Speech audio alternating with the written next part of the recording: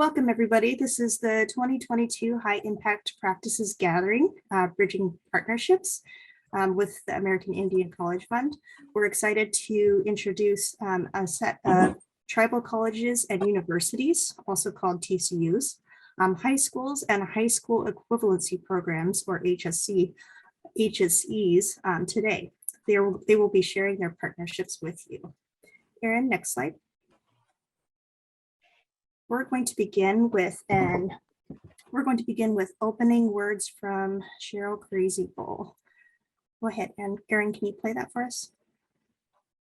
Oh, Erin, when you share screen, I forgot to tell you if you would unshare really quick and just click on the share audio button.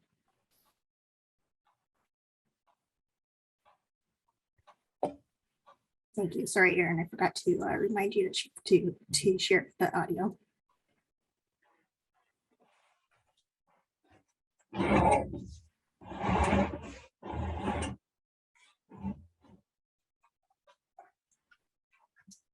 Erin, we're still unable to hear it. Can you try that one more time? Sometimes it takes a moment for the audio to connect. So there should be a little button that says share audio on there. Our best practices washte ampeta washte midakiapi chante washte nape chayusapi. Greetings, friends and relatives. I welcome you with a good heart and a handshake to our best practices convening. We really look forward to hearing from all of you about all the ways that you're supporting our students and their families. It's going to be a great experience for all of us. I especially want to extend a personal thank you to each of you. I know all of you work really hard and you do your best to help our students so that they can follow their dreams, have college success. And I know that the wellness and the prosperity of our communities is in your hearts at all times. So I just want to say, Wopila, thank you for that and enjoy your convening. Oyana, thank you, Erin. So that was our opening words from Cheryl Crazy Bull, our president and CEO. Next slide.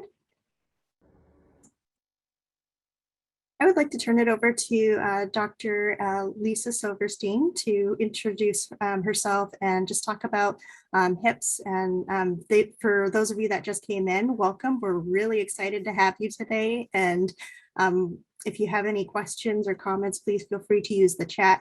And also feel free to say hi in the chat and tell us where you're coming from. Go ahead, Dr. Silverstein. Hi, everyone. Welcome, and so glad you're with us this afternoon for this second HIPS gathering that the College Fund is hosting. So to start, we wanted to just share what HIPS are, or high impact practices.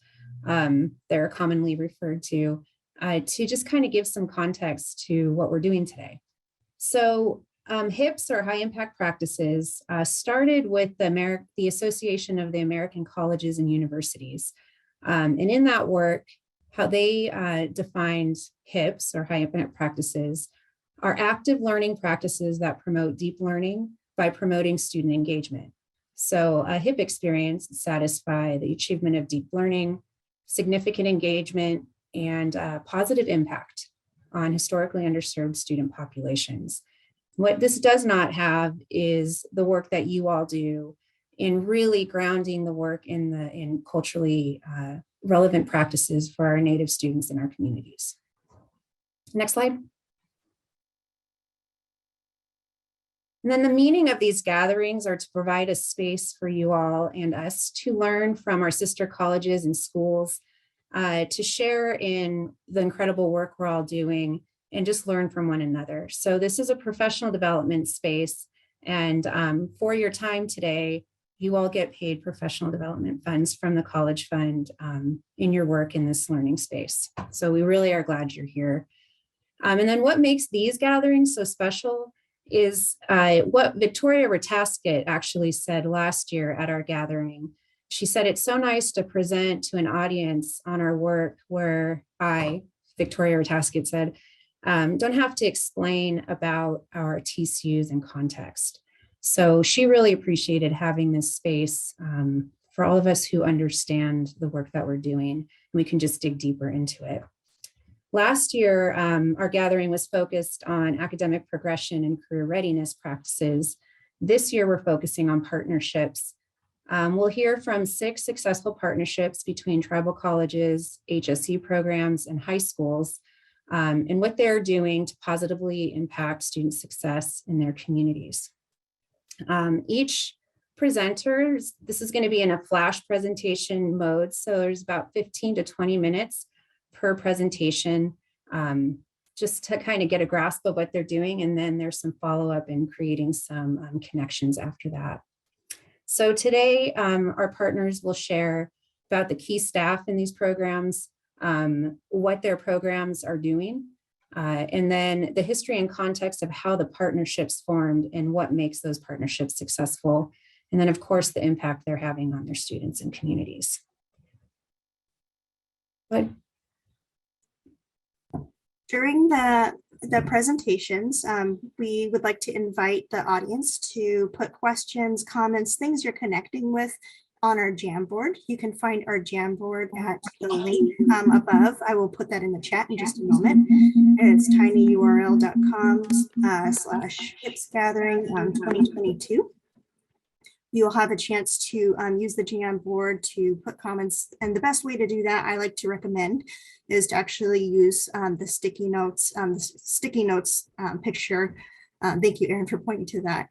Is the easiest way. So if you click on that, then it will allow you to put any questions or comments or things you're connecting with on that, and then it'll post a sticky on the page. So for every presenter, we welcome you to leave comments, questions, things that you're wondering about, things that you're really excited about as well. This will be a great chance for us to revisit at the end of our presentation when we come back to a whole group discussion. Thank you so much for dropping that link, Micheline.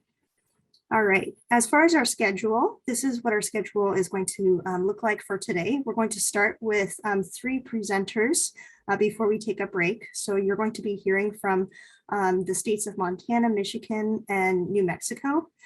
We have Fort Peck Community College and Brockton Secondary Campus, Saginaw Chippewa Tribal College, and Southwestern Indian Polytechnic Institute going first. Then we will take a short break after that, and then we will have a chance to hear from Arizona and Montana. Specifically, we'll be hearing from the Arizona Department of Ed and Tohono O'odham Tribal and Community College, as well as Babakiri Secondary Campus and Mobstock, or the Montana Post-Secondary Educational Opportunities Council.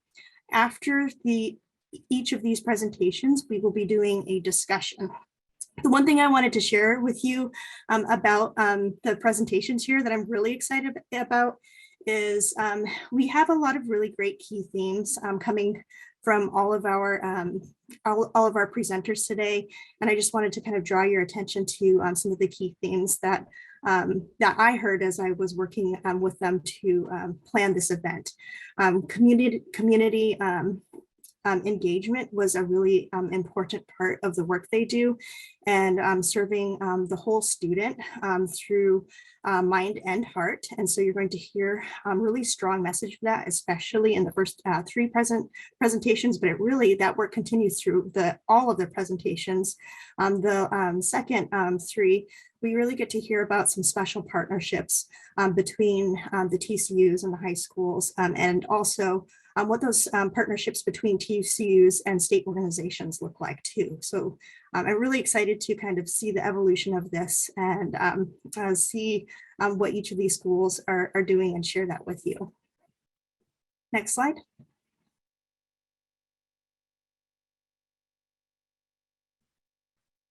All right. I think Micheline, if you would like to introduce our first presenter. Awesome, yes. So hello, everyone. I'm Michelina. I am the college readiness coach, and I work very closely with Sandy and a lot of you who are in here today. So we're excited to see you. And we're excited to begin with Fort Peck Community College, and they'll be sharing on how they've been supporting their students' minds and hearts through a variety of methods, and how that's impacting local high school students through their partnerships.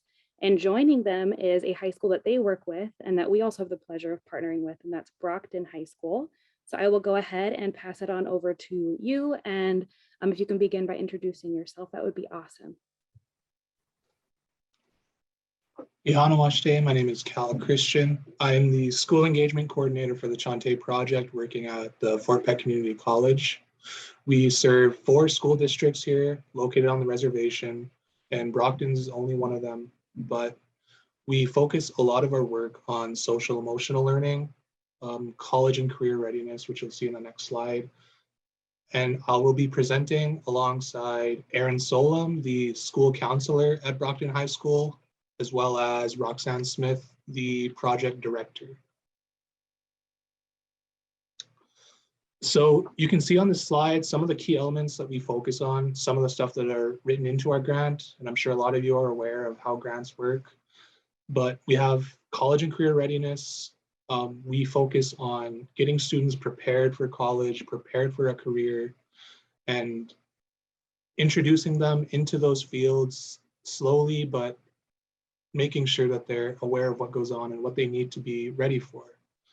We focus on career exploration. We want to give them a lot of opportunities to find out what it is that they would like to achieve in their lives. Protective factors, which is a very important one living on the reservation. A lot of the students are underserved. They are marginalized, as I'm sure you're all aware. And those protective factors are things like after school programs, things like snacks even during the day, just stuff that the students need to go to school and be there and learn in a good way. Academic success, of course, is a key point of our program. We would like our students to be on track to achieve all that they can do and do the best that they can do. And on the right side, we get a little bit more into the culture behind our program.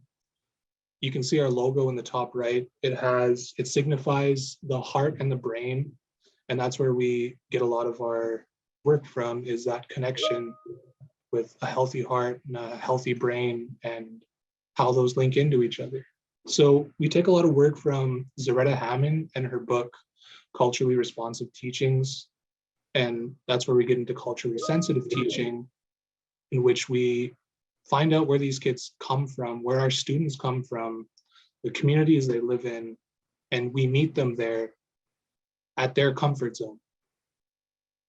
And we move into cultural identity, which is a big thing that a lot of our students don't have, unfortunately. They don't know where they come from. They don't know who their family is. They don't know what it means to be a Native American today. And that manifests itself in a variety of ways, but cultural identity, we like to help out with events and be there, like cultural events such as powwows or round dances, hand games, stick games, everything like that. We want to introduce these students into that side of their life, because I'm sure, as a lot of you know, in this day and age, as Native Americans, we have to walk on 2 sides. We have to have our white educated side as well as our Native American side, where we find that culture and that identity. And a lot of those students, they don't have that. They struggle with that. And we go through that. We help them achieve that in a variety of ways. And social emotional learning, that falls into Zaretta Hammond's book, Culturally Responsive Teachings, where you have to be social and emotional to learn. You have to be meeting these basic needs in order to prosper. And that's what we like to help our students with. So next slide. And I'd like to pass it over to Aaron Solom, the counselor from Brockton High Schools. Thanks, Cal. So I have the pleasure of working with this program through the Fort Peck Community College, and we have worked a lot to make this partnership successful by helping the students, making sure that we're flexible, building relationships, making sure, like Cal had already said, meeting the kids already where they are. And so having common goals that will reach that student success, and then everybody working as a team. I know we often hear that it takes a village to raise our kids. And I think that we definitely are using that component in our work with our partnership. So how this came about and how we continue to see the success and the continuation of the program is just being able to be there for the students, being able to check in with them, asking them what they need, what can help them become more successful, identifying barriers, and then everybody were coming together and collaborating and meeting those needs that the students have identified for us. And then we also are big on the community and family engagement and support.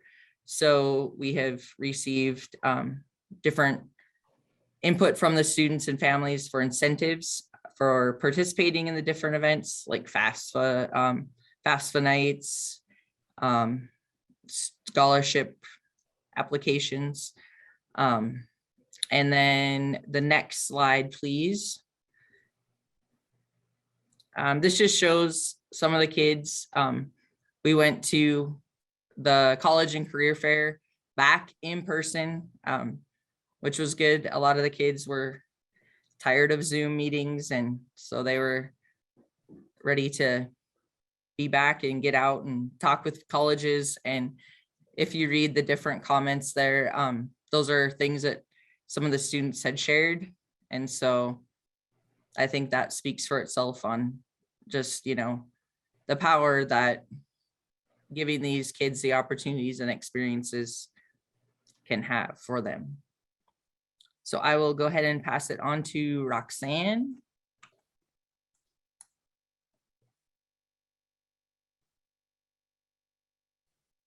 Almost forgot to unmute here. Hello, everybody. My name is Roxanne Smith. Wapaha Yuhanajiwia Mitawa Makyapi. My name is stands with the Eagle Staff Woman, and I'm here from the Fort Peck Reservation, and I shake your hand also. It was good to see Cheryl's opening there. I've been around FPCC and in tribal colleges almost all my life. I started working here. I graduated from FPCC in 1985, and I was hired almost immediately as a library assistant. So my role here is to give you a little bit of institutional memory as to how our colleges work together with the schools. So our biggest claim to fame when we were in our leanest years was we had dual credit in early college. And so what that means is that we have teachers in the public schools who are teaching classes that are at the level of our intro classes here at FPCC. So what happens is our kids can finish after 1 year, they'll have, after maybe their junior and senior year, they'll enter college with a year's worth of college under their belt. And that really works out well. The early college part of it is where kids, especially in the Wolf Point campus and the Poplar campus, can leave school and attend actual college classes. And so this is really a really awesome way to achieve success. I've been to some of the graduations where the kids have already, they've come to FPCC for 1 year and they're already graduating with their associate's degree, which is really awesome. And you just feel proud because you might have been one of their teachers. But go ahead and next slide, please. Some of the things that the high school has are, like I said, the early college and dual credit. Just this year alone, this semester, we have 94 early college dual credit students from across the reservation attending FPCC. And how it all started was we were thinking maybe 20 years ago now, we started working with articulation agreements with other four-year colleges. And that kind of gave us that idea of, hey, we're connecting with Montana State University Northern. We're connecting with Rocky Mountain College, and we're offering four-year programs after, post the associate level. Why aren't we doing something else? So we have a 2+2+2 program. So I'm not exactly sure who was behind it all, but we're all thinking that maybe Margie Campbell might have had a lot to do with it, because we had a community services department, and their role was to reach out into the communities and follow our mission statement, listening to what people say in the communities. A lot of people, they loved having a tribal college just, a short distance away. And so we were just always continuously in those lean years trying to drum up students. And this was an excellent way for us to drum up some students and to be able to offer dual credit in early college. I think that's about all that, if you want to go way back and how tribal colleges first began, I think the 638 programs, we were able to 638 our education programs, and some of our early founders wanted to see a tribal college here, and they made it happen. They had a vision and they made it happen. And so that's a big thing, set your goals, tell your students, set your goals, try to follow them. You're going to stumble, but just keep going, keep persevering. And I think that's about all I had from my slide. I think that's it, right, Cal? Yeah, I believe so. Thank you. If I could just interject real quick and talk about that picture that you guys seen about our students and the backpacks they're holding. We reached out to one of our tribe's members, Sam McCracken, who heads the Nike N7 department in Oregon. And we were able to get our logo, our college's logo on these Nike backpacks and offer those as incentives for dual credit early college students, students that we see that shine in the schools, students that go on campus visits with us, things like that. Our scope of work is really broad because of the focus of our grant. We have a lot of things we can do, and those backpacks were a huge hit with our students. I always love seeing them in the community, just driving around, and I see a student wearing that backpack and, seeing them wear it with pride. I just wanted to add that into the end of Roxanne's. So. And I got so nervous, you guys, that I realized I didn't even tell you who I am. So once again, I'm Erin Solom. I am the Brockton School Counselor. So it's great to be here with you all, and just a little nerves of presenting.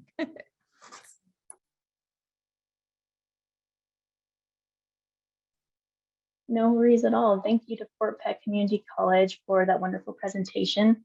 My name is Hannah Gonzalez, and I'm a senior TCU program coordinator here at the College Fund, and I lead the high school equivalency programming. So it's my pleasure to introduce to you one of our high school equivalency program partners at Saginaw Chippewa Tribal College. They took on this program to serve their community in around 2014, I believe, and have since developed a really robust program. So I am pleased to introduce to you Amanda and Jackie. Hi everyone, I'm Jackie Graveret. Nice to see everybody. Hi everybody, my name is Amanda Flogger. I'm the Dean of Students at Saginaw Chippewa Tribal College in Mount Pleasant, Michigan, where it's 85 today, which is very rare here for us in Michigan. So we're excited about that, but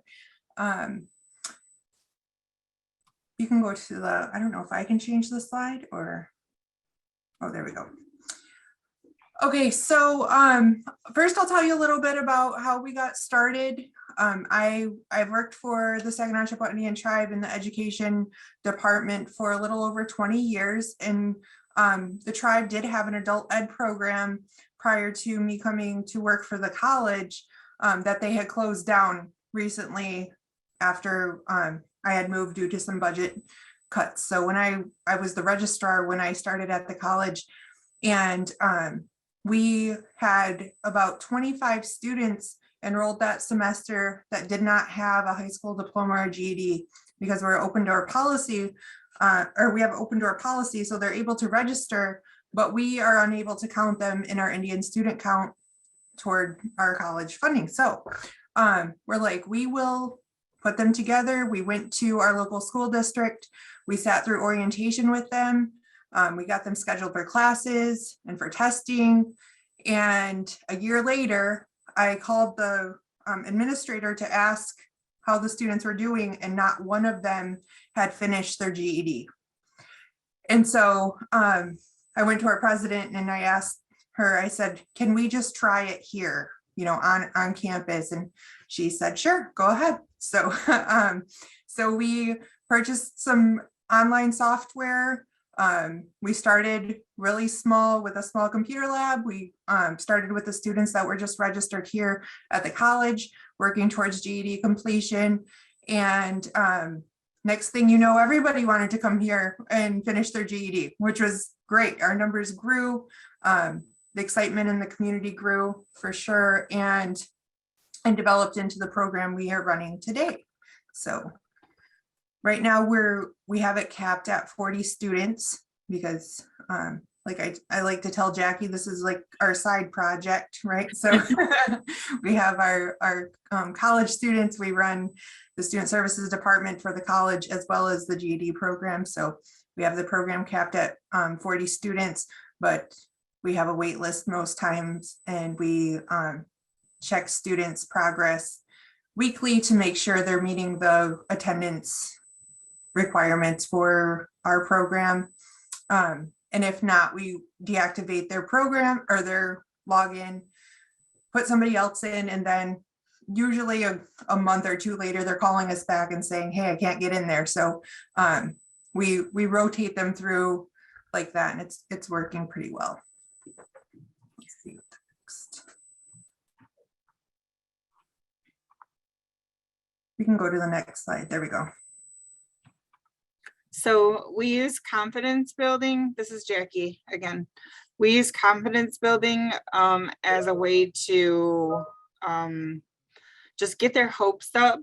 And so I figured that if we use the pre-test scores in our system to show what they're really good at, then we use that to have them practice a little bit more in that subject until they pass that test.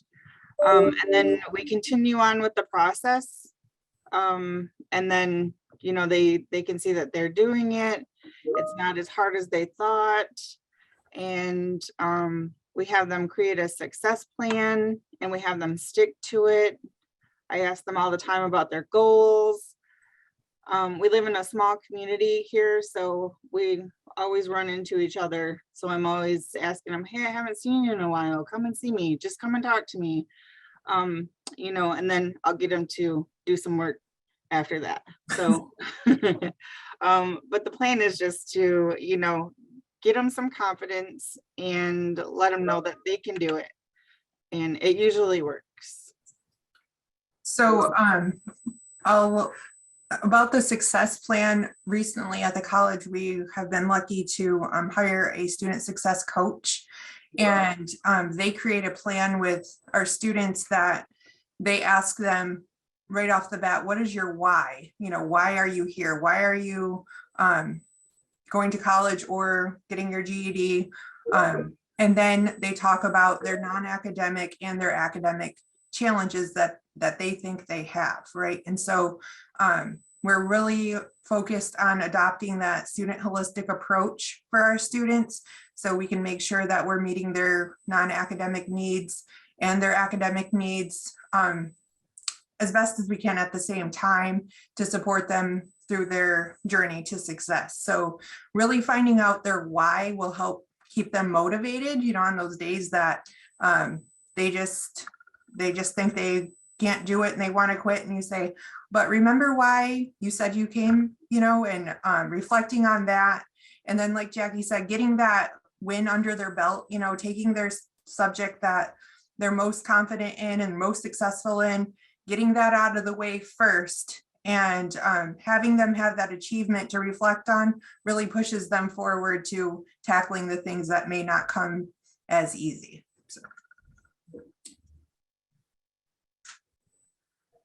So our communication, of course, we look at our data and we track that. And like I said, we keep track of, our system actually keeps track of like their logins. The system will track the last time they logged in, how many minutes they were on the system, if they completed any lessons, if they, you know, did a test, like it will show us, they can't just log in and not do anything. So it shows us very specific data about the activities that are happening in there when the students log in. Also, Jackie and we have another GED program tutor, Lori. She actually worked for the adult ed program for the tribe when it was running. And so she has a lot of connections to the community and knows a lot of the students and their families for a number of years now. So every week, Jackie and Lori both are calling the students that are active, or texting them or sending them emails to touch base with them and just to check on them. How's it going? You know, is there anything we can help you with? And that constant communication with them really helps out. I think they're like, somebody's paying attention to me, you know, somebody cares about the progress I'm making.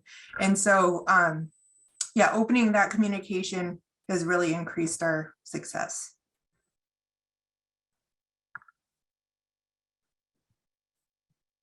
So for our incentives, the students have to log 4 hours a week of work on the Aztec program in order to qualify for a gift card. I believe it's $25 gift card, correct, Jackie? Right. And so at the end of the week, we run the report and see who's eligible and then notify the students. And most of the time that gives them a little encouragement, like, yeah, I get to go to wherever the gift card's for to get whatever. So they get a little encouragement with that. And again, support about, we're paying attention, you know, we're honoring that commitment they're making to their program. We started offering bus passes for our students with transportation issues. Prior to, I'm going to say we've been a certified testing center now for about 2 years, but prior to that, we had to take students to Central Michigan University, University in Mount Pleasant, to do their testing. And we had a lot of issues with students being able to get there, even though we live in a pretty small town. They were always struggling with rides. So at that time, Jackie and I would go pick them up and take them to testing and pick them up from testing. And so we started offering students bus passes so they can get to our lab on a weekly basis if they need to, or they can come here to do their testing. Like I said, we have a tutor in our lab. She's there 3 days a week for 5 hours a day. We have a lab on campus that's specifically for our GED students, but it's in a building with the rest of our college classes. So the students can come and go as they please into that lab. We also have a tutoring lab for the college and the Student Resource Center, which is right next door to our other building, that they're free to use as well. Right now, or since COVID, we have limited the official testing on site for just our students. So when our student is ready to test, we'll open the time slot and make that time available. And then Jackie will schedule them, or Lori will schedule them for that time. And then we have them come in and do their testing. So it can be open to the public, but right now we just have it limited and open to our students. I like to, when they come in for testing, I like to have them come actually in the office and talk to me about the test. Some people really do struggle with test anxiety, and the other testing centers around in the area, they won't let you have a bottle of water or a cup of coffee or some sort of comfort, you know, that you can bring with you. And I think, you know, a lot of people, they'll stop over here at Big B and grab a coffee, and you know, they know that I don't mind if they have some coffee or some kind of a comfort for them. But they would rather prefer to come here to our testing center than anyplace else, or even do it online, because there's an online option. So. Okay, next slide. So through the College Funds grant, we're required to write blogs, for our student success. And we picked 2 students to highlight on the last 2 blogs. And once they were published, we printed them and hung them in our GED lab for all the other students to see. And like, I was like, oh yeah, that's really cool. Like, I like seeing them up there and they're encouraging to students. But what I found most surprising is one of the students that we highlighted, he's now a college student here on campus and he's doing very well. And he talked about the blog that we wrote about him in one of his classes this semester, and how much it encouraged him and how the program moved him to want to go to college and be successful. And so yeah, that's pretty inspiring, I think, for not only him, but for the rest of our students to hear that. And then it's hanging on the wall where everybody can see. So I think that's very encouraging. We print things we have a local newspaper, the Tribal Observer, that runs, we'll send it in there, and they did an article about the program last month. So we highlight students as they come through. But you have anything to add to that, Jackie? I did want to add that, we're a small community, but other tribal programs are referring their students to us as well. And then, it's just a big snowball after that. And then we've got like a lot of students here in different programs, and, everybody's writing about them, trying to tell their success story, which is great. And I think, we don't have any publicity or advertising at all. It's just word of mouth. And, we're swamped, which is great. But, it's really good that the kids are coming in and they're getting this done, and they're doing it. They can do it.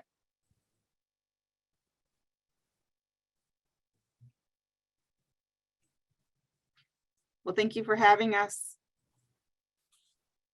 Thank you, Amanda and Jackie. I know that even though you may consider a small program, I know you impact a lot of students, and that it's a very important part of your tribal college. We'll be turning it over to our next TCU. Our last presentation right before we have a brief break is shared by Southwestern Indian Polytechnic Institute, another TCU with a strong HSE program. I know they have a lot of successful components of their programming, so I'm just going to go ahead and turn it over to Jim. Hello, everybody. My name is Jim Snyder. I've been associated with SIPI since the late 90s. I came on as an adjunct faculty teaching chemistry and organic chemistry and math, but I've been the high school equivalency instructor for just about 18 years now. We've had a program for high school equivalency at SIPI, I'm sure, for at least 30 years. SIPI is going on 50 years old now, but I want to preface this statement with something that's probably true for all of you, is that SIPI has probably changed its high school equivalency program more in the last 2 years than we have in the first 30. I'm 100% sure, because I was there for a lot of it. And I can tell you that we're in the midst of serious growing pains and serious adjustments as we're trying to address many of the issues that appeared from COVID. I'm looking over the presentation I wanted to go present today on 3 high impact practices that have kind of typified our response to COVID. And I'm going to just name them up front, because I probably bit off way more than I can chew in 15 minutes. So if I don't get to all of them, I just want you to know the names of them. So the 3 things that we are focusing on doing right at this moment is creating something called a high flex classroom. For those of you who haven't heard of it, a high flex classroom the idea is to have an in-person classroom so that a teacher is in person with some students in the room, while at the same time running a Zoom session into that classroom so that we can have some students that are participating from remote sites and some students that are, maybe local and they prefer to have, in-person instruction. So that way we're being able to serve both. So that's called the high flex classroom, to be able to simultaneously serve both in-person and distance. The second program that we've initiated over about a year ago is called Bridge to College. That is a number of instructors who are now embedded into our high school equivalency program. This came from when we were writing a grant. We have a summer bridge program where two of the instructors who do this, which is a high school, we bring students onto campus for a month. And the idea with the Bridge to College is to kind of bring high school students up to speed on what college is like and get them a little bit of preparation so that when they matriculate, they'll be able to do better. And we thought, well, we don't actually do the same thing with our high school equivalency students. They're concentrated on their high school equivalency until they pass, and then they're just, in one single step, all of a sudden they're now in college, and we haven't bridged that at all. So we've started to use our staff to do that, and we've embedded it right alongside of preparing students for the high school equivalency. And then the last one is the partnership that we started up back in the fall, and I'm calling that the Spoken Hub partnership. So SIPI is in Albuquerque. We're kind of unique as a tribal college in that because we're a national tribal college, we have Native students from anywhere in the contiguous 48, as well as students from Alaska. I had a student in my office at lunchtime who just came here from Western Alaska last week to attend classes for the summer. And I sent emails to 3 different students I'm working with who are located in various places in Arizona, and they are participating in classes remote. So we have, and plus some of the students that completed their high school equivalency during COVID, I never met in person. I have a student from South Dakota who did all of her programming with SIPI during COVID, and she took her test from her bedroom in South Dakota and completed last summer. So those were some of the things that grew out of our adapting to COVID, right? So I wanted to get those out there if I don't cover them in much detail. The reason I wanted to present all 3 of them is because all 3 of them are critical. None of them really stand on their own. In order to be able to have the hub and spoke model of working with rural schools, we needed to have a high flex classroom, because the idea of partnering with distance schools is they have students who need their high school equivalency, but it's impractical for them to be able to move to Albuquerque to get that. And this way they can join from, right now we're partnered with Alamo Navo School. And yes, thank you. If you move to the next slide, we're partnered both at Alamo Navo School, and we're in the midst of partnering with Fort Wingate High School. Those started up just within the last month. So let me kind of give a little bit of history about how this came about, right? So as you can see from the timeline, we, along with everybody else, had our first community case of COVID on March 15th.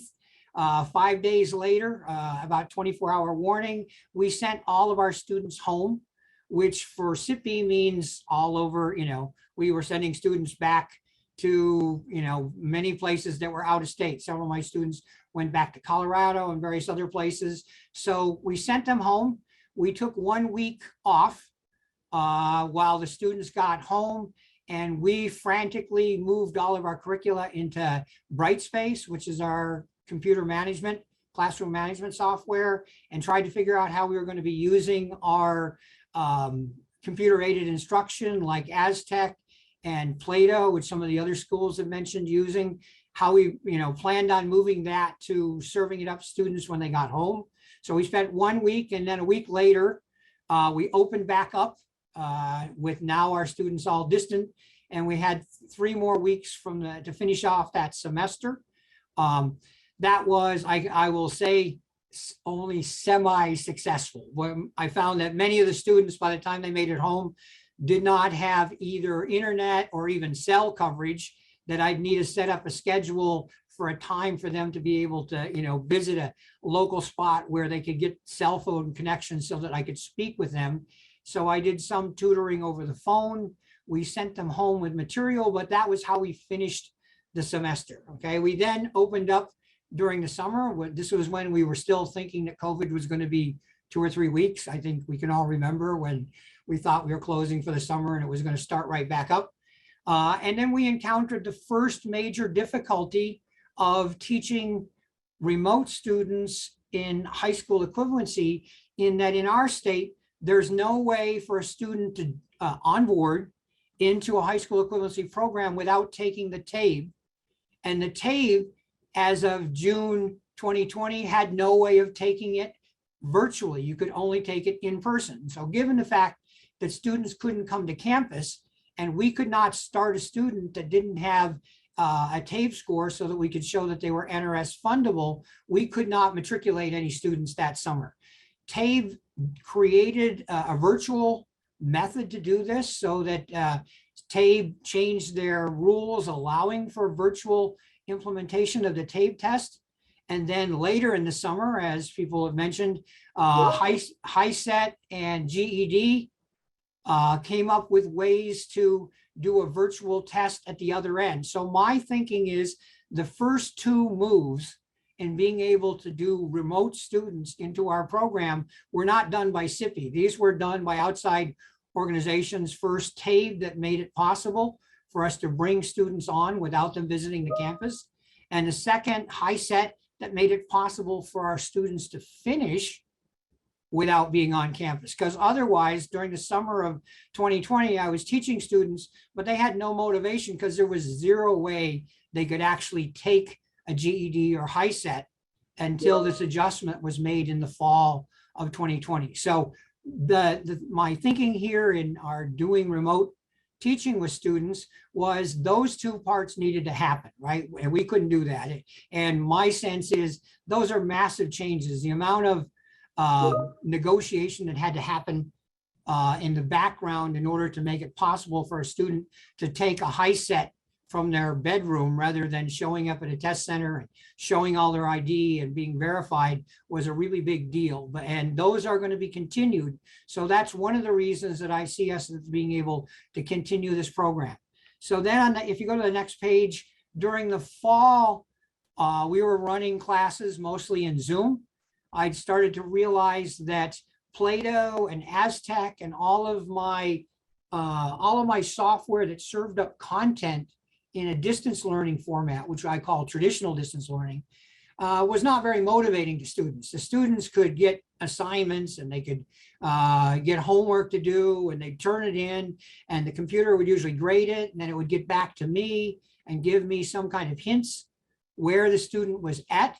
But that's not as encouraging as having a student face-to-face with a teacher. So we were doing a lot of Zoom instruction to make that possible. Well, I'm definitely going to run into that.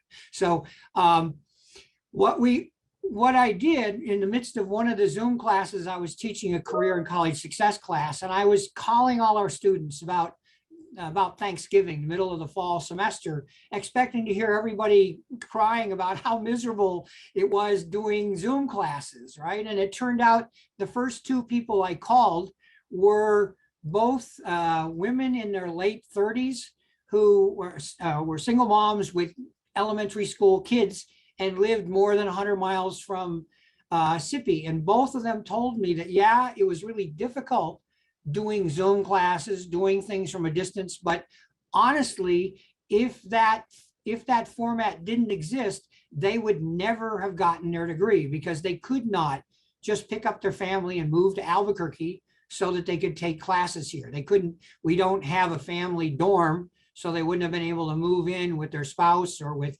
another individual. So the only way a person would be able to come to SIPI in person and get the degree was if they found somebody to take care of their kids for a semester and move down here. So when I realized that, I realized we had a lot of students in rural settings that if we could create a remote study method that was effective, that we could serve a lot of students who we would not been serving in the past. Basically, we were only serving people who one way or another could actually move to Albuquerque or lived here already. So either commuters or somebody within a short distance, or like my student from Alaska, if she could come up with a way to move all the way to Albuquerque for a semester, that would work. But for many people, that just really wasn't reasonable. So that's where we start. If you go ahead on to the next page, to the one after that. And so this is what my point is on what's called traditional distance learning. Everybody here probably is familiar with that. I think, probably everybody here has taken some classes under traditional distance learning. You're a name, you clicked on taking, I don't know, calculus from a university, and you get assignments every week. You turn them in, usually midnight at Tuesday night. You have to turn them in, and then you get the results back the next day. Those can be really useful way for you to get instruction in a topic, especially if one's not available for you. If you lived in Shiprock and you wanted to take a class in aerospace engineering, you're probably not going to find a place where you could take a class like that right close in a rural setting, but you could possibly join a distance learning class at Stanford and actually take the class that way. So traditional distance learning is usually asynchronous. You don't see the teacher. I know I met a teacher from one of the classes that I took. I think I took a Photoshop class in about 2010, and it was about 4 years later I met her at a conference, and I never had any idea that I was taking a class from a woman. It was just simply the person who sent me emails until I got done and turned in all the class. So it works, but it's a very cold feeling. It doesn't really feel like you're a member of a class. So asynchronous distance learning has some benefits, but if we can go to the next page, I want to talk about the synchronous classroom that we've been trying to create during the pandemic. So I'll try to summarize this in 1 minute before I know we're running out of time. But the synchronous classroom is students who are simultaneously in the room, whether they're in person or whether they're in Zoom. So they can now put a face on their teacher. They can put a face on their fellow students. A student that's in person can have a conversation with a student who's Zooming into the classroom. They get to meet with each other. They get to have support mechanism, the conversations that we have. And a lot of times we also do a lot of one-on-one when we're doing a synchronous classroom. We have one-on-one conversations with the student, and honestly, at least to me, at least to the teachers, they feel not that much different from having a student visit my office, right? They are visiting on the computer screen and they're still in Prescott, Arizona, but it really did feel like we just had a 15-minute talk in my office, and I could make a personal connection with the student. We got them to make commitments as far as what I would do to help them get through this class. And they made commitments of, what sort of studies they would do over the next week. So I'm finding that this synchronous type distance learning class is vastly more effective. And then if I have 2 more minutes before I finish up, the main reason we want to do this, let's jump on to the final couple of slides. The Spoken Hub is, we were contacted last fall by Monique Jake out at Alamo Navajo School, which is about 130 miles from Albuquerque.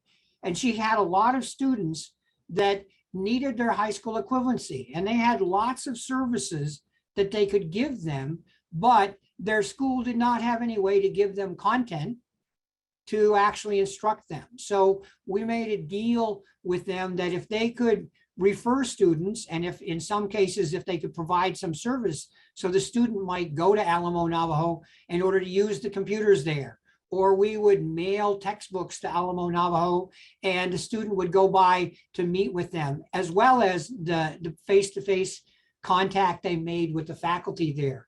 And that's been a really productive partnership.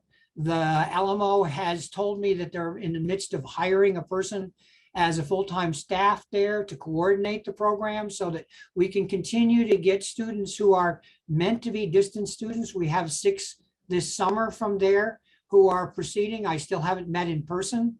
And we also spoke with Fort Wingate, which we just started on working with to duplicate this spoken hub pattern. Our goal is to have lots of spokes, any place that has resources and has students that need their high school equivalency. If we can refer them to the services that we have and then partner with them to provide services locally, then we think that we can be much more effective than just simply offering a distance learning class. And I think if you look, is that the last slide or is there one more? Okay, so the final thing is,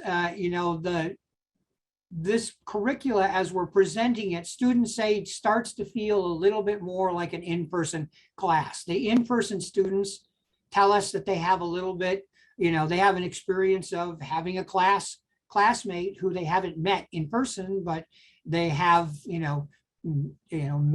had conversations with them. It feels like a friendly setting to proceed on with it. It's been very motivational. We've had some data from a couple of other sites that are using the HyFlex Classroom, and they've seen an actual increase in educational functional level gains using the HyFlex Classroom, and they've seen an increase in the actual success of students completing their HiSET. So we're able to switch to a distance learning format without it being costly, because my final closing statement is distance learning's been around a long time, and it's, schools love it because it's cheap. It's cheaper to launch it that way than to build another building and bring students in. But it's always been really low percentage success. And my sense is if it's only 10% success, while it may be good that you get those 10% that you might not have reached otherwise, I've always been worried about the 90% that didn't succeed, because I don't want to get somebody into a program and that has a low success percentage, because that might influence them further of not trying to pursue their HiSET in another setting because they tried it 3 years ago and they left the program without succeeding. So I don't want any kind of program where our success rate drops, and we're looking at being able to keep our success rate up while pivoting to partially HiSETs. So thank you. Please send me any questions. I'm sorry I ran long, but you have a good day. Thank you so much, Jim. We really appreciate hearing from you and about your programs. We're going to take a break, but before we do, we just wanted to welcome all of the attendees here to leave questions and comments on the Jamboard, or you can also leave them in the chat as well. Things you might be wondering about the presenters that we're going to hear, and the presenters that we've heard, and things that you're just thinking about as you think through the takeaways and the common themes that we kind of talked about earlier at the start of this event. All right, so let's go ahead and take 10 minutes. So it's 3 o'clock Mountain Time. So 3:10, we'll come back and hear from our next group. And I will drop the Jamboard link in the chat if you need to go run and get a drink of water, stretch your legs, feel free to do that. And then we just welcome you to take the time to fill out our Jamboard as well. Thank you. Greetings, everybody. We are going to continue with our event with our final 3 presenting organizations. First up, we have the Arizona Department of Education. They will be presenting on the work that they have done with the Tohono O'odham Tribal and Community College. So first we will hear from Debbie over at the Arizona Department of Education, and then we will hear from Anselmo at the Tohono O'odham Tribal and Community College. After they present, we will also hear from Babokiri Secondary Campus speaking on their dual enrollment program. And then finally, we will be hearing from the Montana Post-Secondary Educational Opportunities Council. And then we will finish up with a discussion of all of our learnings and takeaways from each of the presenters that you've heard from today. First up is Debbie with the Arizona Department of Education. Good afternoon, everyone. My name is Debbie Yu. I am pleased to represent the Arizona Department of Education in collaboration with Tohono O'odham Community College for the College Credit Pathway, which is an alternative pathway to earning a high school equivalency diploma. The name of our presentation is Achieving High School Equivalency Through College Credits. Next slide, please. So the college credit pathway requirements include earning 25 college credits in specific areas. Courses must be at the 100 course level or above, a passing grade with a C or higher, and credits must be earned at or validated by an Arizona public state university or community college. Passing the Arizona Civics test is an additional requirement here in Arizona. And also, one thing to keep in mind is individuals must be at least 16 years of age in order to embark on this alternative pathway and must have parental or guardian consent. Next slide, please. The credit breakdown is as follows. English language arts, 6 credits, and that includes technical writing, English composition, and other prerequisites at the 100 level or higher for career pathways. Mathematics, 6 credits. Social and behavioral science, 3 credits. These include classes such as history, economics, government, political science, and psychology. Natural science, 4 credits. This includes classes such as biology, physical science, and chemistry. A computer course for 3 credits. A college and career planning course for 3 credits. This is a very beneficial course for individuals who have not had college exposure yet. It helps tremendously with helping a student to think as a college student, to do research, writing, many things. So it's a success course for individuals. And finally, to receive a passing score on the Arizona Civics test. It is the applicant's responsibility to work with an academic advisor at an eligible institution to ensure that all coursework meets the credit requirements of the college credit pathway. Next slide, please. So this is a fact sheet that Sandy will be sending out to all of the participants as a resource that shows a summary breakdown of the college credit pathway and the credit requirements. For more information, you are welcome to contact the Arizona Department of Education. More specifically, you're welcome to email me. Next slide, Sandy, please. My contact information is debbie.u@azed.gov. My direct phone number is 602-364-2667. I'm happy to answer any questions that arise or to collaborate to provide you with our model and perhaps how to get ready for your state to embark on this credit pathway. Thank you so much for your attention today.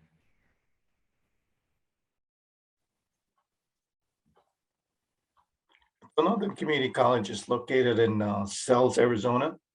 We are the second largest reservation here in Arizona. And Southwestern Community College is an accredited college that serves the O'odham people here on the O'odham Nation. And we, since the pandemic and we've gone online, we've opened it up to all natives to attend our school online. Plus it is also available to non-natives as well. One of the newest programs that we have introduced to the college community and to the community of the O'odham Nation and surrounding areas is our College Credit Pathway program. Next.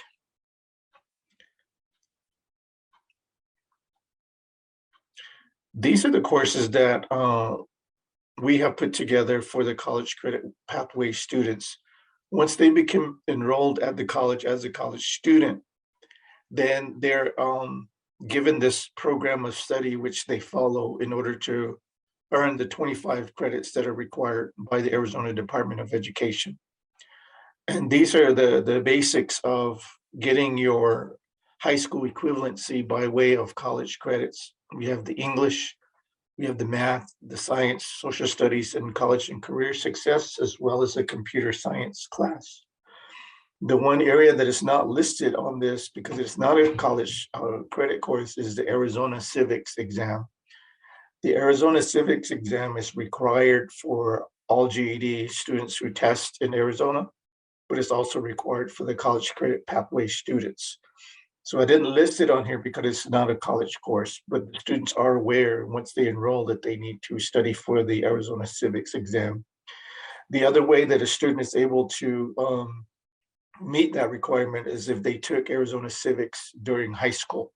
And if it shows up in their transcripts, then they're not required to take it during this course of study. And so these are some of the choices that we have. And if you'll take note of social studies, we have the O'odham history, which is 3 credits. And this will meet the requirements for ADE of 3 credits in social studies. We listed this because part of our requirement for students who enter a certificate or our AA program here at the college, they're required to take O'odham language and O'odham history. So this history 122 sets them up.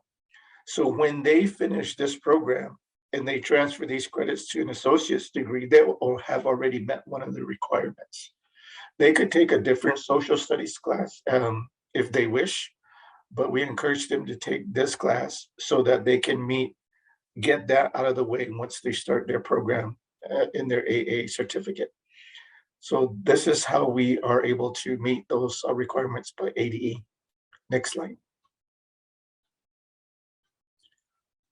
These are the course delivery options that we provide at O'odham Community College. When a student who is 16 years old and older applies to the College Credit Pathway, they apply just like any other college student. The only difference is they haven't received their high school education yet or have a GED yet. So what they do is they enroll, I serve as their advisor, they contact me, and then what we set them up with the options that they have. If they take a course, they look at our course schedule and they say, okay, I want the online. I want to just be able to do online because I work or I have a family, but I can get the assignments done. The other way is the virtual Zoom. The virtual Zoom, you must be on the Zoom session with your instructor and your classmates. If you miss that class, it's considered an absence and you miss your assignments and you have to make them up. So it's just participating via Zoom wherever you are, whether you're here in Arizona, whether you're here in the reservation, whether you're down the street, or whether you're across the state in another state, or whether you're on the East Coast. It is a virtual Zoom. The only thing that a student has to be aware of is the time zone. Our time, is just regular Mountain Standard Time. And I know that the rest of the country from the East, Midwest East has changed their daylight savings time. So it's important for students to be aware of that. When we first started, that was always a challenge for students that were not local, but they've since been able to get that under control. The other way is the face-to-face Zoom. This can be students in a classroom at one of our campuses, and it's a video live stream And students that are not able to attend in person can see them on the Zoom. They can see their classmates in that classroom and be able to communicate with them and the instructor via that. The other option that we've really tried to emphasize locally is the face-to-face. Students have the ability to enroll in our face-to-face classes here on campus. And that works for some because with the College Credit Pathway program, some of our students are like, wow, I can go take college classes and earn my high school equivalency. And the answer is yes. So that's kind of a booster for them because like, wow, I thought I had to get my GED first and then go to college. With this program, this opportunity, they get to do both at the same time. So they can knock out their high school equivalency, but earn 25 credits that they apply towards their associate's degree. So we're really excited about that. It really cuts off a lot of time. And it really helps them to understand, to get back into the mode of courses, information sharing with fellow students, and just being part of the college life, so to speak. We also provide classes at San Carlos Apache College because they are under us as far as getting their accreditation. So we do have students from that area. And as I mentioned before, we have students from all over the country, native students and non-native students. We also have a campus at the Phoenix, in the city of Phoenix here in Arizona. So we have branched out quite a bit over the past couple of years. Next slide, please. So at this point, we had a student, Diana, who was our current spring college credit pathway student, who shared her story about how she heard about our program.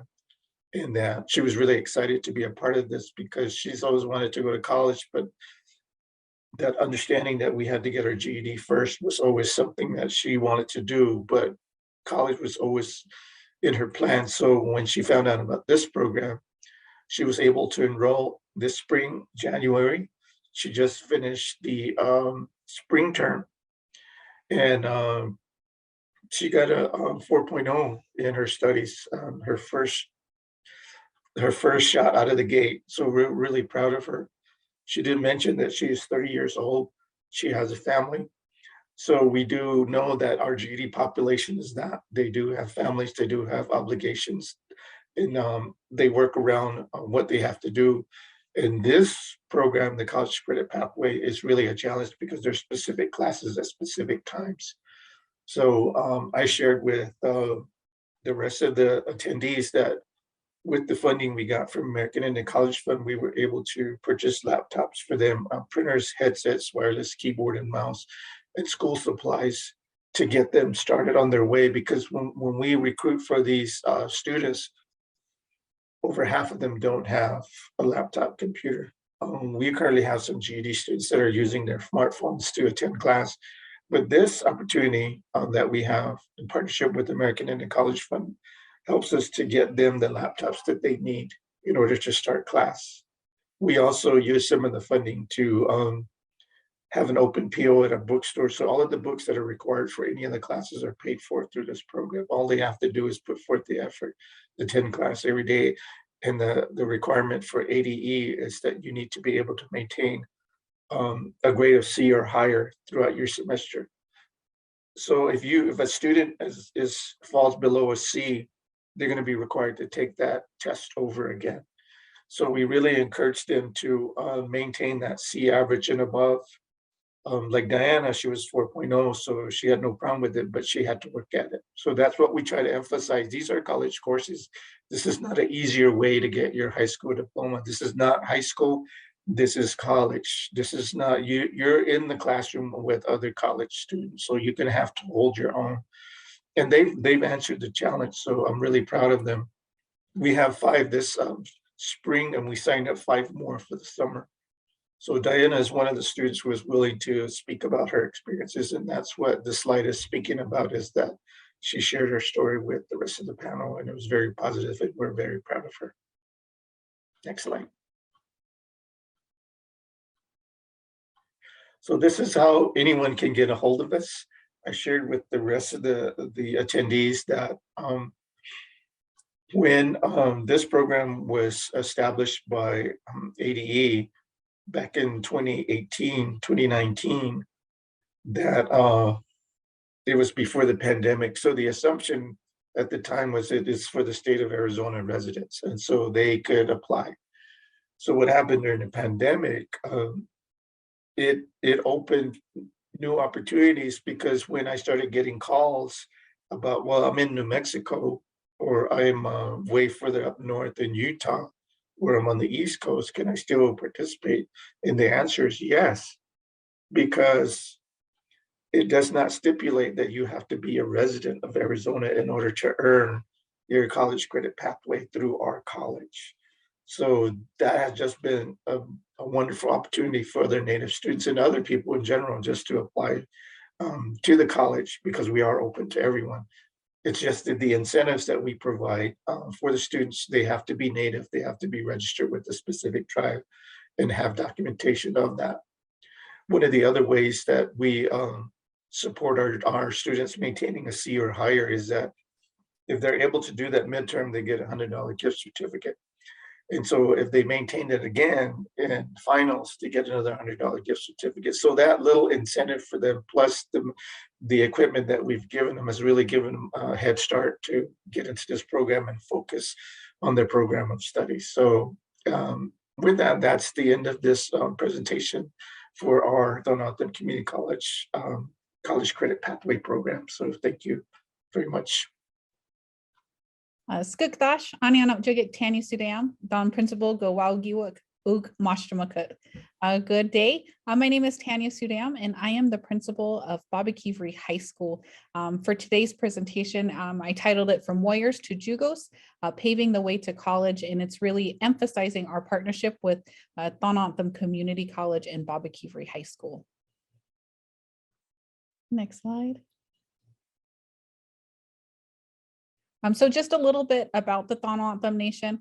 We are a tribal nation that is located in southern Arizona, and it is the second largest tribal nation in Arizona, and is about the size of Connecticut. And we have about 28,000 nations members. Our community is composed of 11 districts within 4 land segments. We have the main reservation, which you see on the map, as well as land bases in Sanavir, San Lucie, and Florence Village. And in addition, there are some Anthem that reside in Mexico. If you look at the map, you will see a red star. That is where Babakivri High School is located.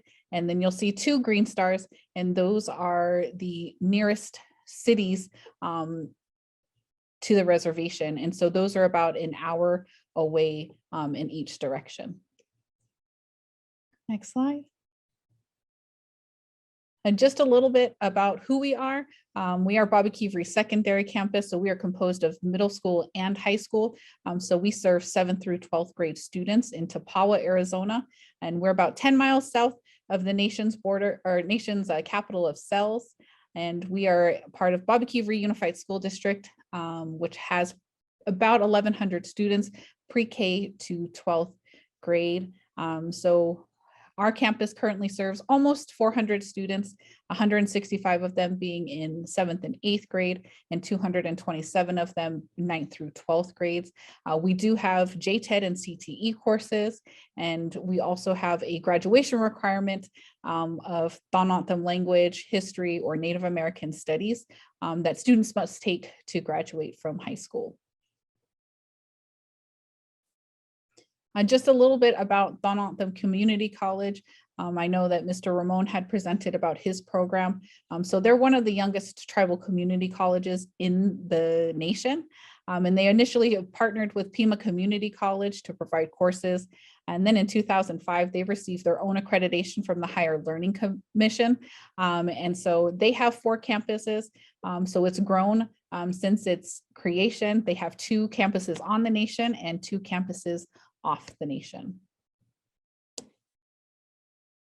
This is just a snapshot of our dual enrollment with TOCC. As you can see, you'll have the number of students in yellow, and the blue is the number of credits students took each semester. You can see that COVID impacted our dual enrollment process. It impacted a whole lot of pieces of education. But you can see in spring 2022, we really started to regrow our numbers, and we anticipate them growing even more in the future. Next slide. And how do we make this work? It really takes a commitment from us, Bobby Kievery High School, as well as commitment from Thonottam Community College to find a way to make it work when it doesn't seem possible. And COVID was an example of that, but we still pushed through. We still got students enrolled and completing those courses. And now it's just going to be reaffirming our partnership with TOCC moving forward so we can increase those numbers again. So we have lots of students taking dual enrollment classes. And why do we do it? To invest in our students and our community. In having conversations with students, they really shared that it's helped them make the transition from high school to college go more smoothly, whether it was transitioning to a community college or TOCC, or even going to a university. At least they had that foundational knowledge of what it takes to be in a college course, while also having support of your high school teachers and staff members to really encourage them and motivate them to complete their classes to the best of their ability. And they really like going into those college settings and being ahead of the game, rather than, starting from square one. They have that background knowledge, that experience to really be successful on their own when they transition. So what's next is really to create more targeted programs for better outcomes for our students. And so in conversations with TOCC this past year, we really want to develop programs where students can earn their AGECT A or AGECT S to have those first 2 years of prerequisites completed when they graduate high school, so they can step into a university setting. In addition, we want to be able to provide our students with skill sets that maybe they want to just go into the workforce right after high school. And so that's looking at an early childhood education certificate so they can work with the young people on the nation, and a culinary art certificate, one, so they can either work on any of the nation's restaurants or businesses, or even going out to the Desert Diamond Casino and working in their culinary areas. With that, we've had really great success with our partnership with TOCC. We're excited where we're going, and just the future for our future graduates. So thank you so much. Special thank you to Thonottam Community College for continuing to work with us in providing opportunities for our students to have access to college level education. Thank you. Hello, everyone. Welcome to the Montana Tribal College team and events part of this session. We are very excited to be with you today and just very humbled and honored to be partners with American Indian College Fund and learn from so many other great teams doing amazing work for students. We are here today to share our story of some of the good work we are doing in Montana. And my name is Amy Leary. I am the Executive Director of the Montana Post-Secondary Educational Opportunities Council. I am also a very honored and humbled member of the Montana Tribal College team. I am here to do just a basic introduction to get us started, to give you a feel of what we do with the Montana Tribal College team. About 15 years ago, amazing individuals from our 7 tribal colleges came together to brainstorm how we could help students together even more. And through that, we were able to create many different events and programming. And so I'm going to share with you right now some of those events and allow you to see firsthand through a little video some of these college fairs and relationship building that has happened in the last 15 years.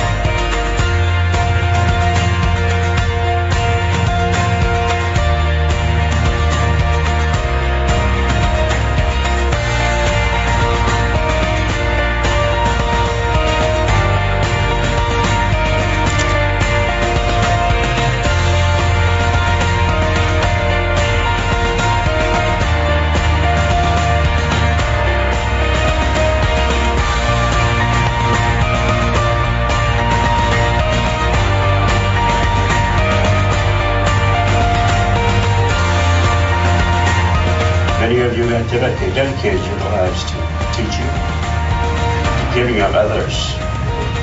I have given almost all my life to my own people.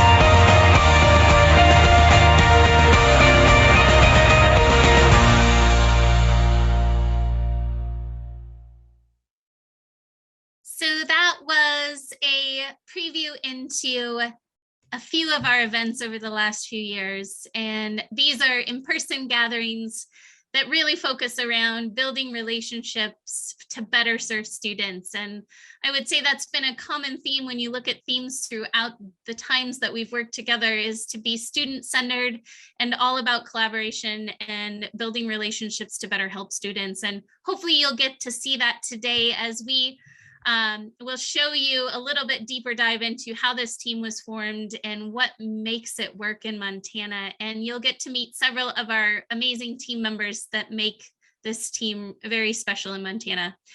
Before we can go on into that, I do want to show you a little bit more of some of the new developments our team has started to do in the last few years.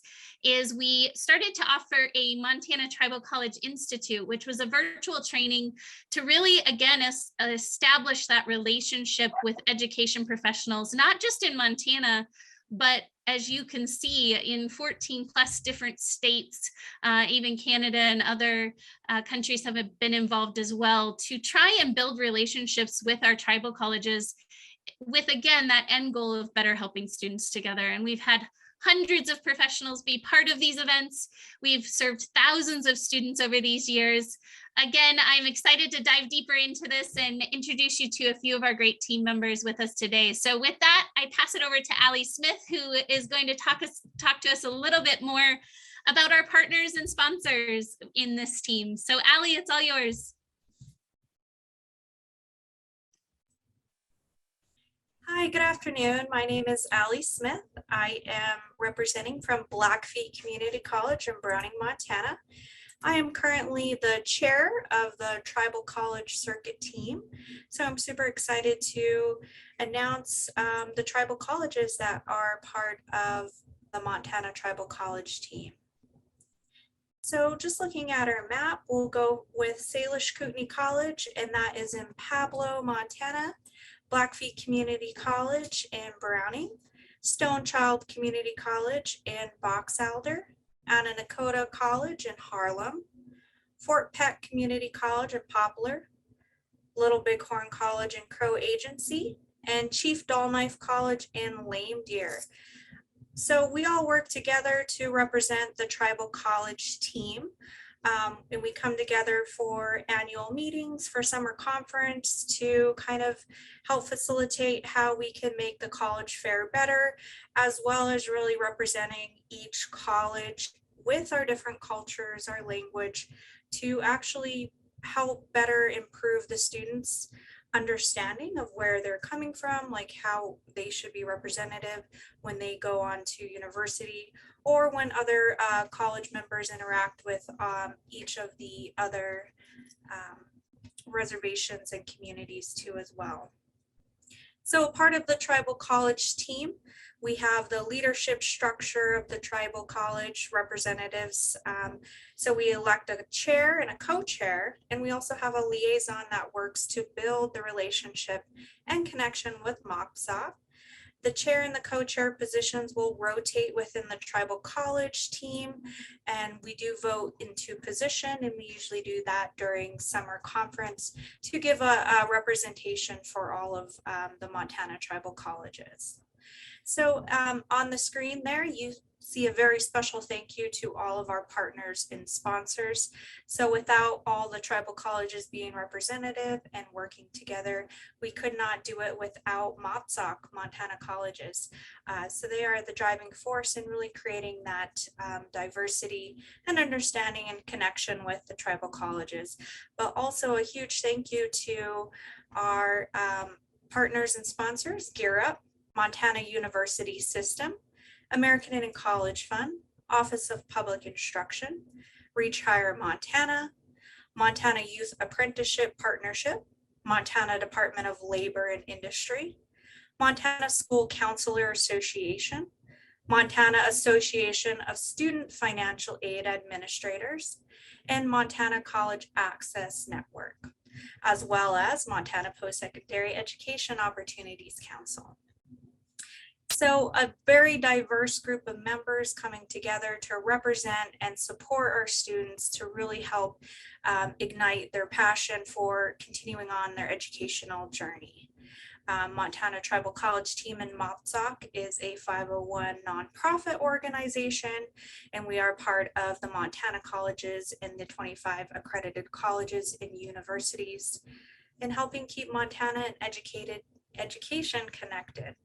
And through the leadership and structure of Mobstock, we as a tribal college circuit team provide and work together to build the tribal colleges in Montana. That's a quick overview of the structure and partnerships as well as the sponsors. So I'd like to turn it over to Emily to hear more about our history and how did we get here. Thank you very much, Allie. Oki Nistuni Donigu Emily Ferguson Stager, and I'm the Director of Student Engagement at the University of Montana. I'm also honored to serve as the Mobstock Tribal College Circuit Liaison. About 17 years ago, when I was working in undergraduate admissions as the Diversity Admissions Counselor, I'd receive invitations for college and career fairs from around all 7 of Montana's reservations, as well as some of Montana's large urban centers for fairs focused on Indigenous students. One of the saddest moments was when I realized that many of these fairs were overlapping or on sequential days with distances impossible to make in the given time. As a proud alumnus of the Blackfeet Community College, this really wore on my heart as these fairs weren't a thing when I graduated, and I didn't get a chance to understand all of my options and truly see what I had in front of me. With a lot of frustration, I would call my colleagues at the other institutions to see which fairs they were attending, ensuring each fair had equitable coverage and we weren't all going to show up to the same fair, leaving some fairs without any representation. Generally, I would cover the tribes closest to me, and my friends across the mountains at Montana State University would cover the tribes on the eastern part of the state. I felt defeated not being able to meet the needs of our Indigenous students and community, and I went to our state association, Mobstock, to see if they had any suggestions or ideas. Amy Leary, Mobstock's executive director, not only took the time to listen, but also encouraged me to connect with a couple other key admissions folks from across the state, from small and large public institutions, and of course our tribal colleges. We formed an informal brainstorming group that was able to look at the challenges in a problem-solving approach. Mobstock has, for over 30 years, coordinated the Montana College and Career Fairs and virtual counselor update. The fall fairs consisted of 3 weeks of fairs, empowering all Montana high school students to attend and reaching over 9,000 students annually. I personally had attended these fairs and as a college rep and realized that our state really needed something similar, but a version focused on our tribal communities and hosting institutions and organizations who could support and cultivate Indigenous student success. Through these brainstorming sessions and using our personal relationships and connections, we were able to get all of Montana tribal colleges to agree to have a singular circuit. And that would be a great idea for all. It quickly became apparent that while we all had good ideas and good intentions, we really needed to have a central organization that was not specifically tied to any tribe or tribal college. Mobstock, with its expertise and best practices, honed in how to host a college and a career fair, an online registration system, a payment system, their well-established connections with institutions of higher education, agencies, high schools, and even possible sponsors made perfect sense to be the conduit to launch this first of its kind circuit in this nation. That's when the hard work really began. With every tribal college represented, an elected tribal college team chair and vice chair, Mobstock executive director, and other Mobstock members began working on the logistics. Since we have 7 reservations, we realized it would take at least a week and a half. Schools are not in on the weekend, and most folks in our reservation communities aren't located directly in town. Knowing this, we decided that we would need to break this into those 2 weeks, 4 fairs and 2 fairs on the remaining weeks. Once we had everyone at the table, we began discussing how this would fit with everyone in each community. One of the first things that we determined is that it would be best to host these fairs at the tribal colleges so that the visiting institutions and organizations could actually meet administration, faculty, staff, community members, and students, all while better understanding the importance of tribal colleges, the distinctiveness of each tribal community, and the uniqueness of each tribe's history and culture. We felt this was vital as the institutions and agencies who attended and recruit our students need to understand how to best support our tribal members going through these pursuits. While typical college and career fairs might involve representatives arriving 45 minutes early, this circuit embeds dedicated time for tribal relations, a meal, and a fair. Each tribal college does this entirely differently. Some provide tours of their campus focused on new programs, outcomes, grants, and other things. Other schools provide cultural lessons where folks are learning stick games and sampling singing and language. Yet with other schools, we are provided student panels and conversations with elders. 15 years ago, we launched a circuit with a dozen or so institutions and agencies attending all sites. This has swelled over the years to closer to 70 different agencies represented and attending, and it continues to grow each year. Last year, due in part to the pandemic, but also out of the desire of institutions and students around the US and Canada, we launched a complementary to the in-person tribal circuit, our Mobstock Tribal College Institute. Through this platform, we were able to provide registrants the opportunity to meet, connect, and build relationships with each of Montana's 7 tribal colleges. Each campus hosted a 45-minute session, which included campus overviews, highlights, welcomes, cultural relations, open dialogues on how to better support our students, and live Q&A. Each year, we have continued to learn from our failing forward, growing from lessons learned, and improving to ensure that we are meeting the needs of our tribal communities we serve. With that, let me turn it over to Joey. It's a beautiful day in Cheyenne Country. I'm Jordan, the registrar here at Chief Don't Knife College. So moving on to findings, as I guess the biggest takeaway, Emily said in failing forward, number one is we have come a long ways, and we wouldn't have come this far without our partnerships, with our support, and our amazing ED. If it wasn't for Amy, and the relationships that she forms and has and continues to form, I suppose, along the way, bringing everybody back together to share best practices once a year we've made time at the annual conference. But really, it's about collaboration, communication. It's about doing what we do best and bringing that across the state to Indian country, and which is serving students. All of us that have either sat on the board, that do currently sit on the board, or are part of not just the tribal circuit, but Mobstock in the whole, all of them really do have a servant's heart. And that's what it takes really to work together, that collaborative effort. It wouldn't happen also without having that separate entity like Mobstock to be able to bring all 7 tribal colleges together and give us each the ability to speak and to be able to talk outside of administration. I mean, we all know AHEC meets, we all know, you know, and all of our presidents have conversations, but the boots on the ground people are never the ones that have those conversations. And so that allows for us that collaboration, that communication. The one thing that failing forward, as Emily put it, has taught us is, you know, don't be afraid to try new things. If it's not working, move forward. What worked, take what we can. What works, what doesn't, how can we better it? Share best practices, because a lot of times the thing is just because, say, Chief Dole Knife College is doing something that works, doesn't necessarily mean that Allie at Blackfeet's going to know it works if we never communicate it and we never share best practices.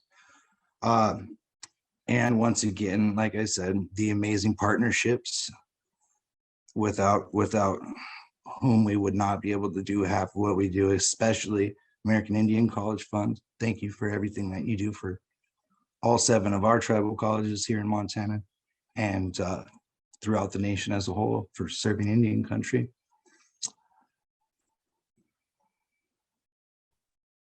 Great, thank you, Joey. I would love it if we could just for a minute give a round of applause to Allie, Joey, and Emily, that this team has helped sustain this program for years, and they are very humble that they have not shared how much work they have put in to make this team a success. And so personally, I'd like to thank each and every one of you. It's an honor to be on the same team. And it is also a big thank you to American Indian College Fund. You're right on, Joey, not just for what you do for Montana tribal colleges and students, but what you do for the whole nation and beyond. We are just very honored to be with you today. I would like to just close out by saying that we are here to help. I think it was mentioned multiple times in our session, but we learn together, we fail forward, and we learn from each other. So if we can share what we're doing to help you and your students, please reach out. We have all of our contact here. Any one of us would be happy to help you, help your students, and vice versa. If you have ideas for us, we would love to hear them. And if you're ever in Montana and want to be part of these events with us, you are always welcome and invited. Thank you for having us today. We appreciate being part of this group. Thank you. So I do want to open up our discussion though to our attendees here to go ahead and put anything you might be wondering about for any of our panelists in our Q&A, the chat or the Jamboard, whatever your preference is. We'll share the Jamboard link again. Also, I would like to encourage our panelists, if you have questions of each other, please feel free to go ahead and ask questions from the other groups and the things you've learned. We just want to take some time right now and reflect on what our takeaways are for this event. And I'll give everybody a moment to think about that.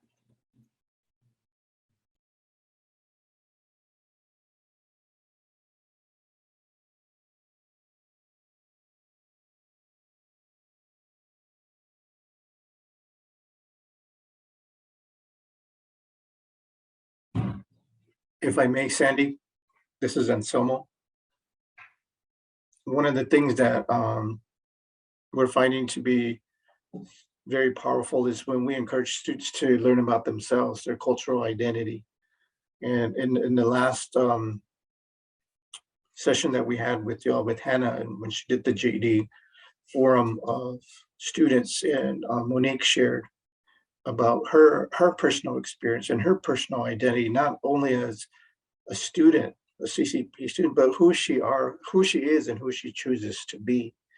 And that she didn't let all that negativity that was coming at her for being different allow her to stop what she was doing to pursue her education. And I was so proud of her in that, you know, she got into American Sign Language. That's what her degree is in, and that's what she's studying, because she recognized the need that Natives don't have translators in sign language, and that her siblings, younger siblings, are deaf. And we're going to a deaf and blind school in Tucson. And in order to communicate, she had to learn. So she took that upon herself, not only to help her siblings, but also to help the people of the Donatam Nation that do have that disability. But the key point is that she recognized who she is as Autumn, recognized how she identifies herself as a person, and is not ashamed of it.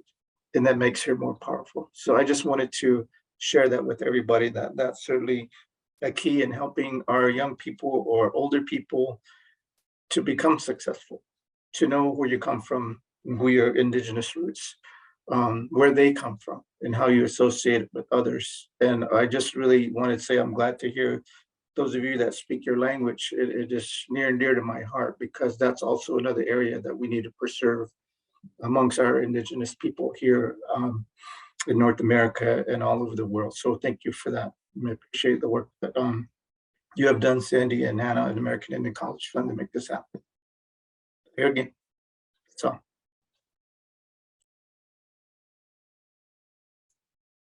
Thank you so much for that, Ansama. I think that it is really powerful to hear the languages being spoken and the work that's being done to be culturally responsive.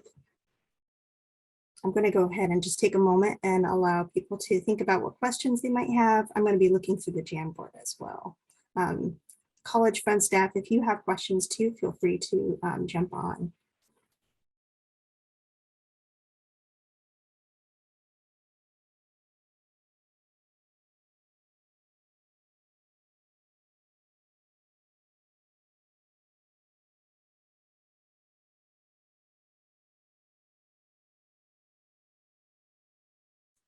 I see a question in the Jamboard here for Donna Autumn and maybe the Arizona Department of Ed. Do you see so I guess I think this goes to Donna Autumn. Do you see a lot of students enroll after completing their HSC? For Donatam Community College, this program has been very new. Monique finished last in 20. She finished in 20. And she went on to the University of Phoenix in Rio Salado, which also is in the state of Arizona. And the reason that she did that is because we didn't offer that kind of program, that she was interested in American Indian Sign Language. So with this year, from January to here, is our newest batch of college credit pathway students, 5 students. And they're the ones that have started in January. They should be on track to graduate in December. If not by December, then in the spring. And we are hopeful that those students will choose to continue here with us. But we also have to keep in mind, not everybody that's in the CCP is here locally. Some are in New Mexico, some are in Phoenix, some are in Navajo, some are all over the place. So wherever they finish their program, they can still enroll with us online. But the in-person part is going to be the difficult part unless they choose to come. We do have a Phoenix campus site. So to answer your question, it all depends on the next batch that we get finished here in January and December. And hopefully from that batch, they will choose us as their continuing institution to get their associate's degree. And thank you, Anselmo, for answering that. And if I may just expand on that just a little bit, Sandy. So the students who are enrolled in this alternative pathway, the CCP pathway, not only are they earning the 25 credits that belong to them indefinitely, they can apply those credits towards an undergraduate degree and then go on to graduate degrees and continue their college careers. However, they also do earn their high school equivalency diplomas, and these diplomas do say in verbiage that this credential was earned through college credits. So that's a sense of pride for the students. They're kind of getting 2 for 1, if you will, in the fact that they are getting their high school equivalency checked off of a list of something that wasn't accomplished. And they are also now encouraged to continue the momentum of their college degree. so that they can go on to that associate's degree or beyond. Yes. And I also would be remiss to not preface this by saying our intention is to keep students in K-12 school, definitely. But we understand also, at least I understand, that that is not the best fit for all students, especially in a 2022 classroom, post-pandemic or mid-post-pandemic. And alternative pathways are ideal to keep that student engaged and plugged in with their education. So that being said, again, ideally, we would love that student to graduate K-12. However, this is one option of 3 that we offer here in Arizona. So, and it removes the stigmatism that's been developed over the GED testing pathway. Sometimes students are very embarrassed to say, I got my GED and I didn't graduate high school. But those tests, at least here in Arizona, are very rigorous tests and they are aligned to state standards. So there is no shame in that. And there's no expiration date to your education as well. I just want to say that. And the beautiful thing that I have heard over and over again from all the nations that are represented today is the community support and the pride that you have for your Native population. I am so happy to be an ally, so closely aligned with that same feeling. So thank you for allowing me to participate in today's discussion. Debbie, this is Jim Snyder. I got a quick question for you. When you were discussing this program of college credits to HSC, was that enabled legislatively within Arizona? Because I can't, in New Mexico, I can't put students into anything that's college class until they actually have this document. So it's kind of, the HSC that we've been giving through HiSET or GED is like it's like kicking the door open. You can't take any classes without that. I've always thought that this was somehow linked into financial aid or something, and financial aid advisors were saying, well, you can't get any financial aid until you've got it, so this is why you can't get in. But I'm wondering how it was legislatively handled in Arizona. Thank you for your question, Jim. And that is exactly it. You hit it on the head. We did have to propose this to legislation. It was voted and approved and then introduced and implemented by the State Board of Education here in Arizona. The Department of Education is part of that implementation. We did not create the ruling behind this or the state statute, as it were, behind it. We just supported the reasons why we needed it and then went to legislation to get the approval. That is also when they added the state-specific requirement of the civics testing as kind of one of their bounce back or rebuttals to us. Well, you can have this, but here's what else you need to do. So, and then as far as funding goes, it is completely state funded. We do not receive any federal funds. Therefore, I mean, individuals who are pursuing these alternative pathways and going into the college platforms through college coursework, unfortunately, the tuition is on the onus of the student to navigate. They do not qualify yet for FAFSA funding or other types of financial aid. Now, that being said, we still encourage them to apply for scholarships. And there's tons of scholarship finder tools out in the system. We recommend some actually to help offset that burden of tuition. And then of course, TOCC has the most wonderful, gracious, free tuition for our Native population. I would love to see more colleges here in Arizona and across the nation offer that offset of tuition in order to keep our students engaged in pursuing college careers for better career opportunities. Yeah. I also might add that you don't have to be a resident of Arizona to participate in this program. That's true. Thank you. So you can be from any state. If you're a Native student the tuition is free. Oh, that's great. That's And great. if- And do you have a method that students can participate in those classes remotely so that instead of moving to Arizona, they could register for the classes, take them from somewhere else? And Yeah, as so long as they that's, get the certification from Arizona, then it's still transportable back home. yes, That's they great. receive the credit and they learn about Arizona civics. So Okay. I've got kind of the reverse situation where I have had 3 students over the pandemic who were in states that did not have the high set. Okay, so they're in South Dakota. They couldn't take the high set test there because South Dakota doesn't offer it. But because she was participating in a class with me here in Albuquerque virtually, when she took the test as a New Mexico residents, and she's taking it at a New Mexico school, was given a diploma from New Mexico.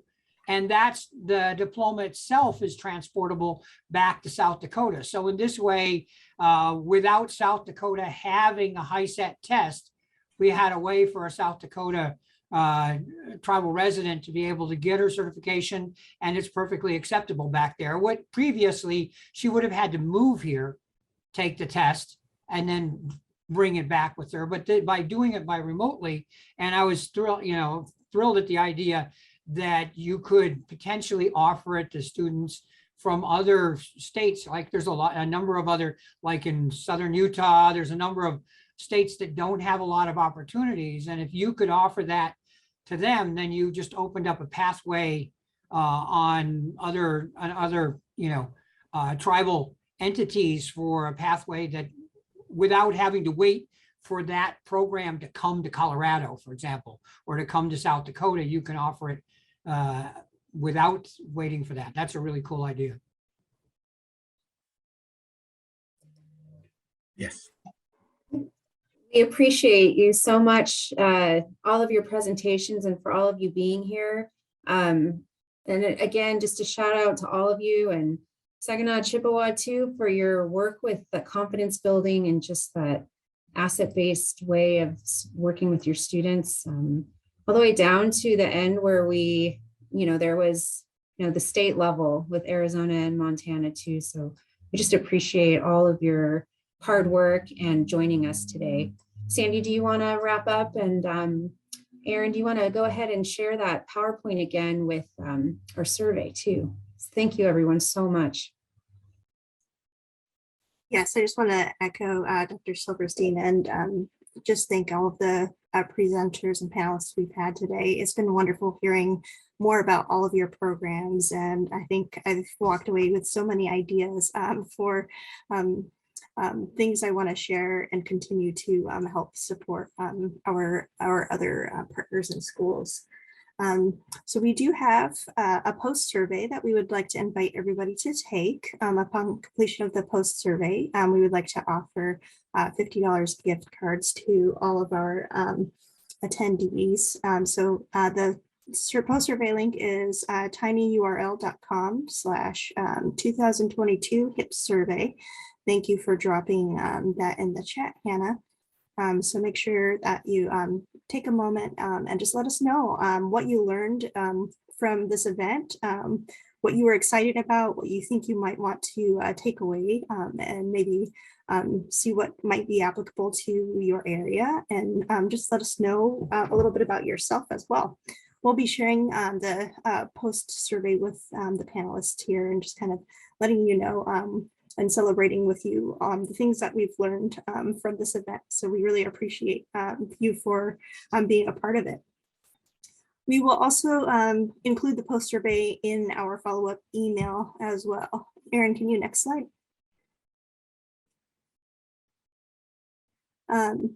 Earlier, we missed this slide. I don't know how it jumped from one slide to another, but we wanted to include our contact for everybody. So here's our slide with who each of the College Fund staff are. You heard from Dr. Silverstein, myself, and Micheline, and Hannah, and Erin. Thank you so much for manning our PowerPoints here.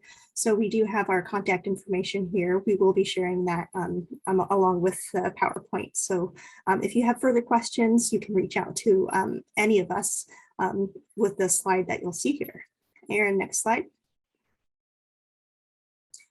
Just again, we want to thank everybody for showing up to our event today, asking wonderful questions. We had such a great discussion. We learned a lot from both our panelists and our presenters, just listening to the questions and comments that they had in the Jamboard and the chat. We will be including a follow-up email with the link to the recording to this. We'll be including a copy of the PowerPoint and then gift cards to attendees who complete the survey. Next slide.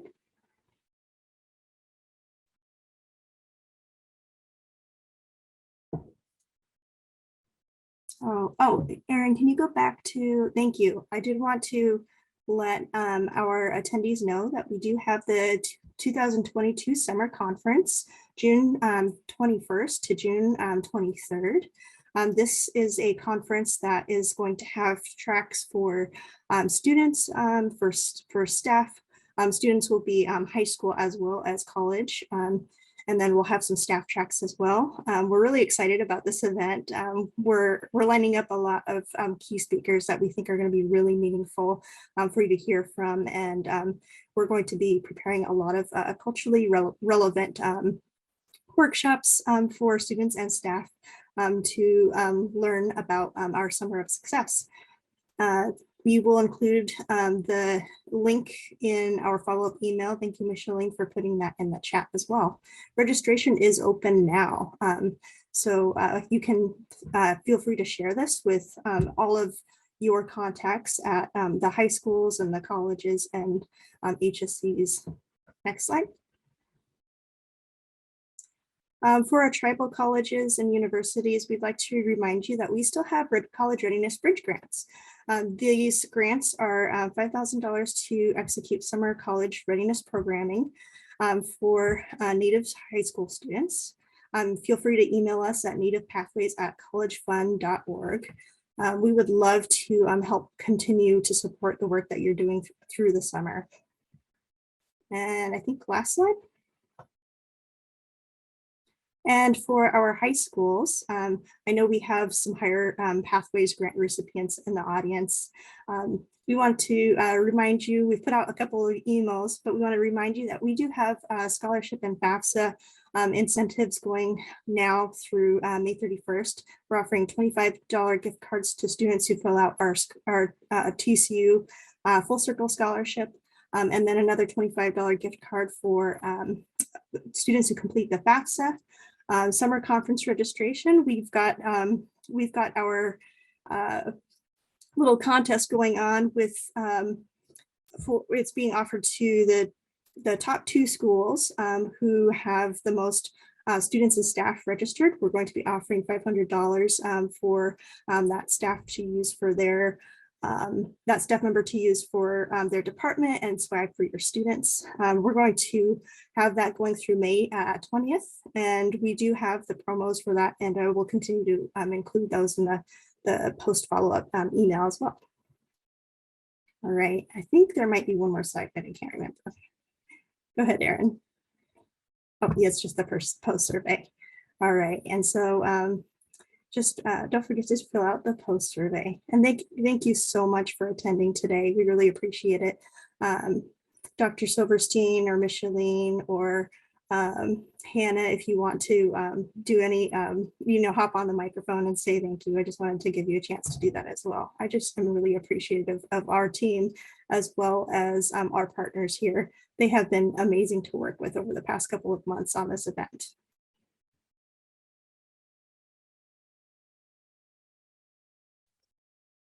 Just want to say thank you again for engaging and for learning alongside one another. And please also connect with each other too. If you heard something from another college or you said from Mobstock, you just, connect and, we're sharing resources because we're all a community together as well. So we appreciate you being here today. Thank you.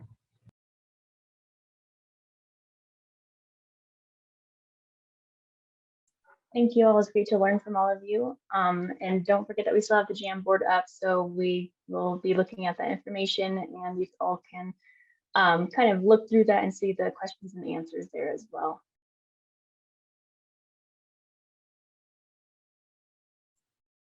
All right, Koyana, thank you for coming and have a wonderful rest of your day.